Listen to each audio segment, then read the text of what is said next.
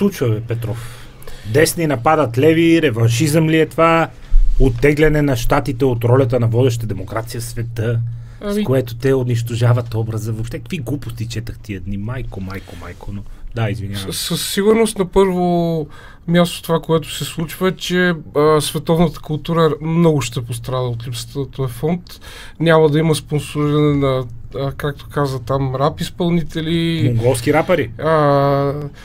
Трансджендър шоута и така нататък. Иначе това, което се случва е, че явно американската държава по някакъв начин си управлявала активи посредством този фонд, като може би на даден етап цялото нещо станало жертва на дълбоката държава и започнал да бълва този културен марксизъм, на който бяхме свидетели. И едно невероятно квичане сега. Аз не мога да разбера хората, които квичат, дали просто го правят по навик или действително са смутени от това, че са загубили вече хляба си. Или просто им промиха мозъците на супер много хора през последните 10-20 години, защото те много от тия, дето квичат, те не са платени, те просто си квичат на общо основание. Искрено го правят, аз ги виждам.